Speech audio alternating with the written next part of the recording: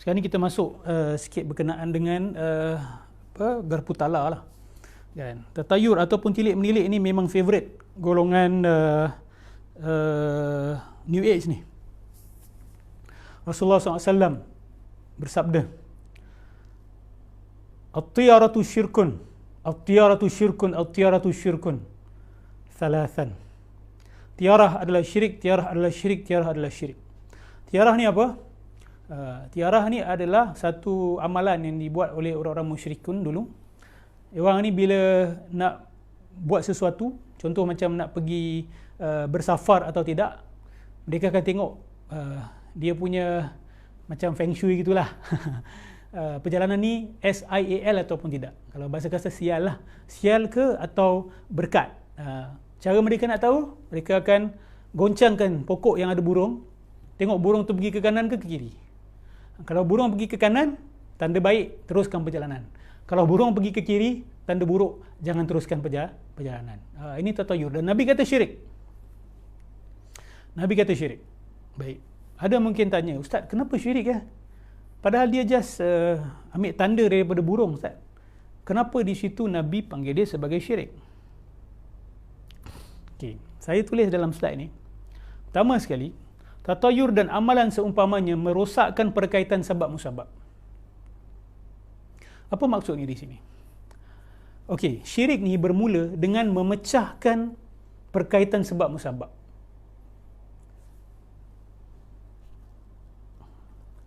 Sebab terbakar adalah api. Kan? Itu sebab yang normal yang semua orang tahu. Tapi sebab, segala sebab, of course Allah Subhanahu Wa Taala. Tapi kita bercakap dalam dataran normal manusia, kebakaran dicetuskan oleh api. Kita nak bakar kertas, kita pakai api. Ataupun kepanasan yang luar biasa boleh mencetuskan kebakaran. Itu sebab dia. Sebab kepada kebakaran itu adalah api. Saya ambil mancis, saya bakar tisu, terbakar tisu itu. Tiarah ni, perbuatan-perbuatan tilik milik tiarah ni, dia mengaitkan sebab musabab yang tak ada kaitan. Contoh, itulah awak gagal dalam bisnes awak sebab awak sebelum keluar rumah tadi, awak tak ketuk dinding dan tak hentak kaki 5 kali untuk buang SIAL. Sebab awak tak ketuk dinding dan tak hentak kaki 5 kali sebelum keluar, sebab itulah bisnes awak gagal. Nampak tak? Dia mengaitkan sebab musabab yang tak ada kaitan.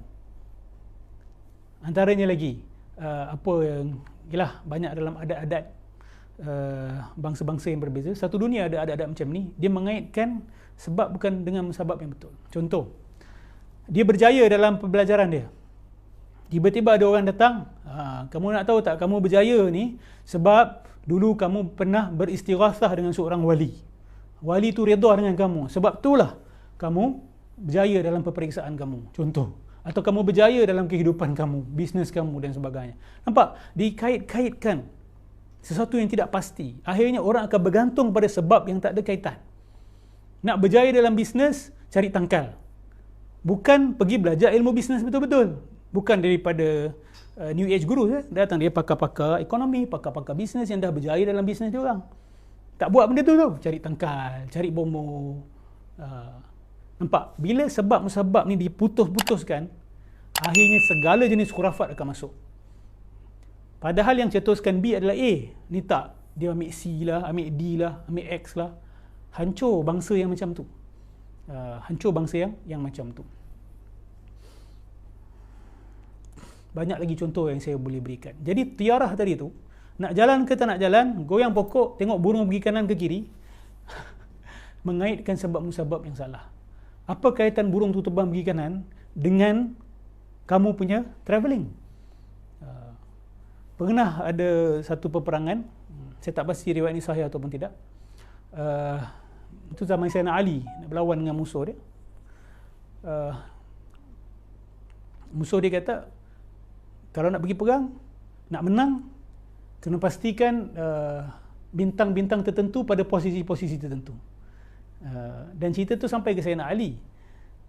Dan salah seorang dalam tentera dia kata benda sama. Betul Sayyidina Ali, kita kena pilih waktu yang sesuai untuk pergi perang, untuk menang. Sayyidina Ali kata, bintang yang mereka guna juga adalah bintang kita. Bintang yang sama. So kalau bintang tu pada tempat yang tertentu, kenapa kemenangan untuk mereka, kekalahan untuk kita? Sedangkan kita juga bergerak pada waktu yang sama. Kenapa bukan kemenangan untuk kita dan kekalahan untuk mereka? Ini mafhum, mafhum riwayat tersebut. Saya tak pasti sahih ataupun tidak. Tapi jawapan tu memang mantap lah. Jawapan tu memang mantap. Contohlah, kita nak pergi perang. Nak pergi perang, kita pun goncang pokok, tengok burung pergi kanan ke kiri. Burung pergi kanan. Bayangkan, sewaktu goncangan tu dibuat, dua-dua buat. Kita buat, musuh kita pun buat. Dan burung, dua-dua terbang ke kanan. Apa cerita?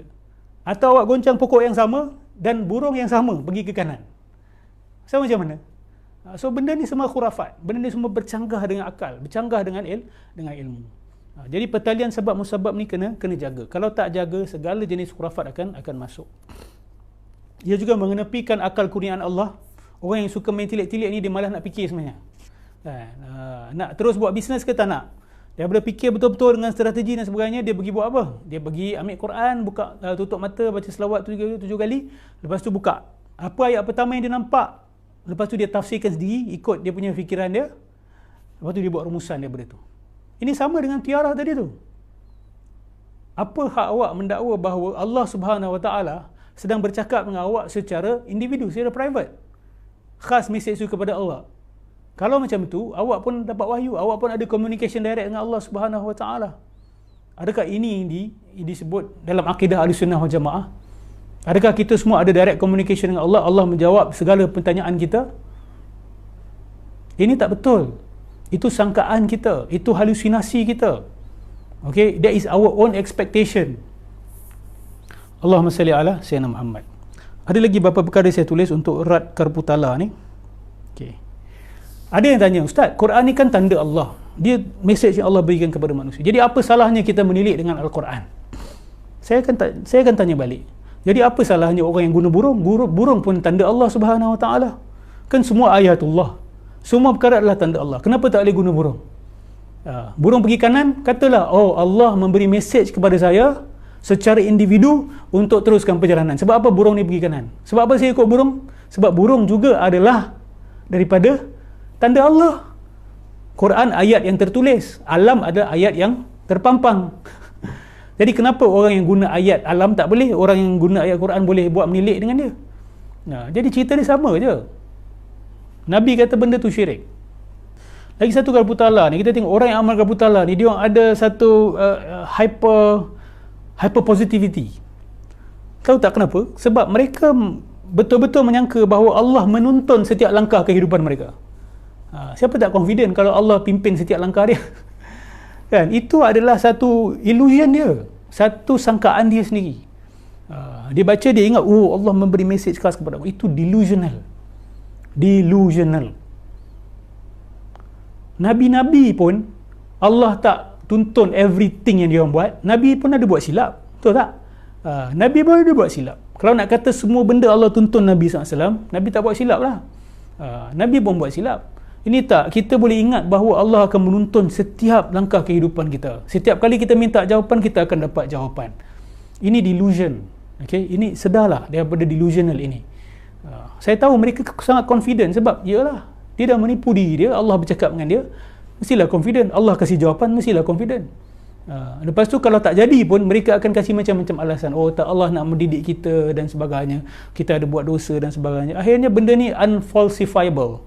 Awak tak boleh nak buktikan dia salah dan juga tak boleh buktikan dia betul.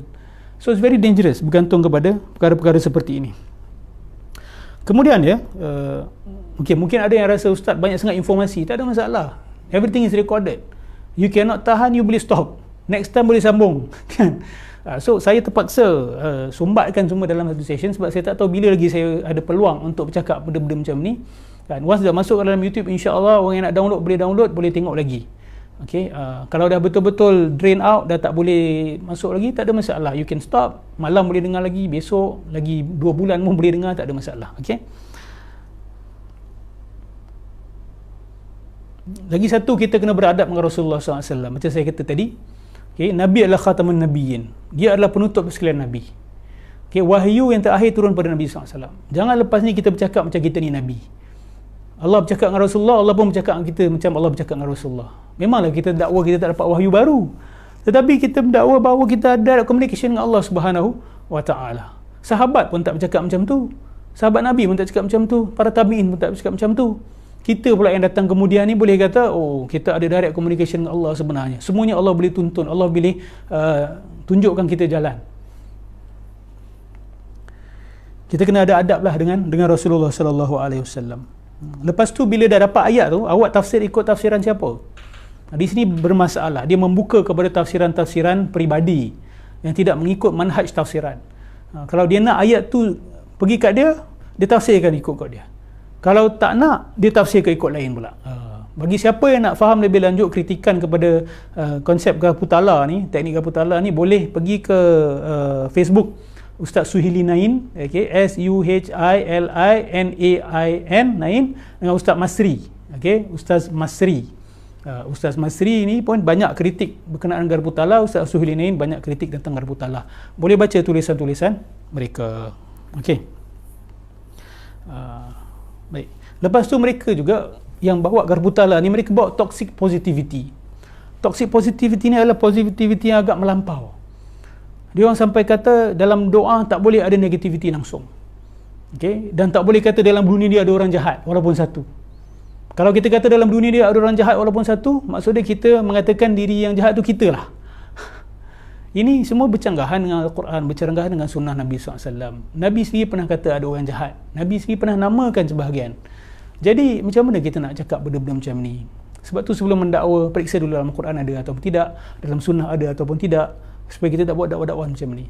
Okay? Feeling is not prayer. Rasa kita bukan doa. Okay? Banyak kali kita rasa sedih, tapi kita dapat kebaikan. Banyak kali kita rasa tak happy, tapi dapat sebaliknya. Suka hati Allah nak buat apa? Allah tidak terikat dengan kita punya kehendak. Okey, ada yang kata, Ustaz, macam mana dengan hadis ana inda zanni abdi bi, kan? Aku adalah berdasarkan apa yang hamba aku sangka tentang aku. Imam An-Nawawi menjelaskan itu tentang pengampunan Tuhan. Kalau you yakin Tuhan akan ampunkan you dan you buat perkara yang sepatut you buat, insya-Allah Allah akan ampunkan you, Allah akan merahmati you. Itu dia sebenarnya. Bukan you sangka Allah akan kasih duit, you confirm akan dapat duit. You sangka Allah akan sembuhkan penyakit you, you confirm akan sembuh. Tak, bukan itu. You sangka baik Allah akan ampunkan dosa-dosa you dan you bertaubat sesungguhnya, insya-Allah Allah akan ampunkan dosa-dosa you. Itu maksud hadis tu yang lebih tepat. Bukan Allah ni macam the law of the universe. What you want, the universe will respond. Allah bukan universe. Allah ada iradah dia sendiri. Allah ada kudrah dia sendiri. Dia bukan berdasarkan apa yang kita nak pasal dia. Kalau tak, dia jadi hamba kita lah, bukan kita hamba dia. Hati-hati bila masukkan law of attraction ke dalam cerita ini. Okey, hati-hati. Baik.